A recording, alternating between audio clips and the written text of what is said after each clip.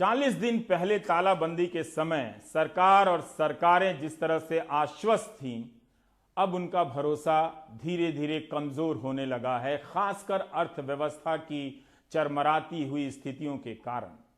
लेकिन ऐसी बात नहीं है कि कोरोना महामारी ने अपनी गति, अपना प्रसार रोक दिया है। 5 मई की सुबह जो 9 बजे के ठीक पहले बुलेटिन आती है, उसका जो डेटा है वो चिंता में डालने वाला है।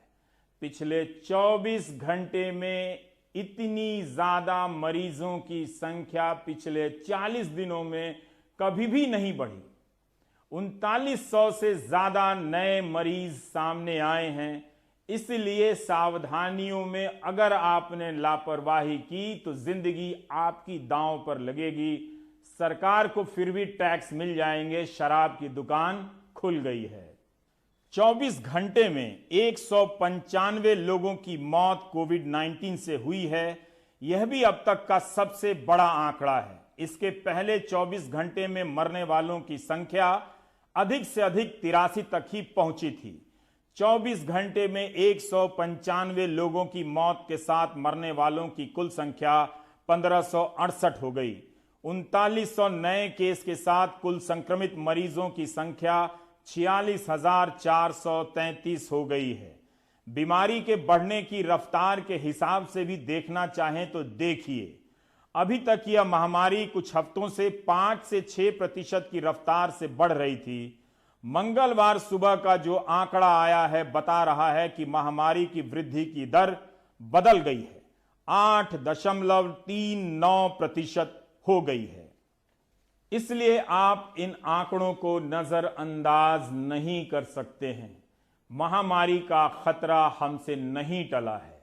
इन 40 दिनों में कहां तो हम इस स्थिति में होते कि इनके प्रसार की गति को काबू में पा लिए होते, लेकिन पिछले 24 घंटे की संख्या डराने वाली है।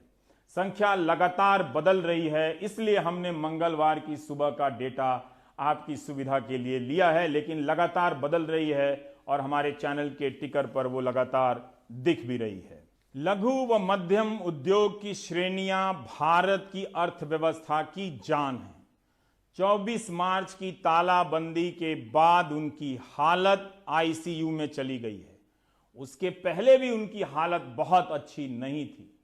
इस दौरान जब कोई आर्थिक गतिविधियां नहीं हो रही है, छोटे छोटे कारोबारी बैंक का लोन चुकाने के लिए मजबूर हैं, जीएसटी दे रहे हैं, उनके बही खाते में कर्ज का पैसा बहुत बड़ा होता जा रहा है। वो एक तरह से कर्ज में डूबते चले जा रहे हैं।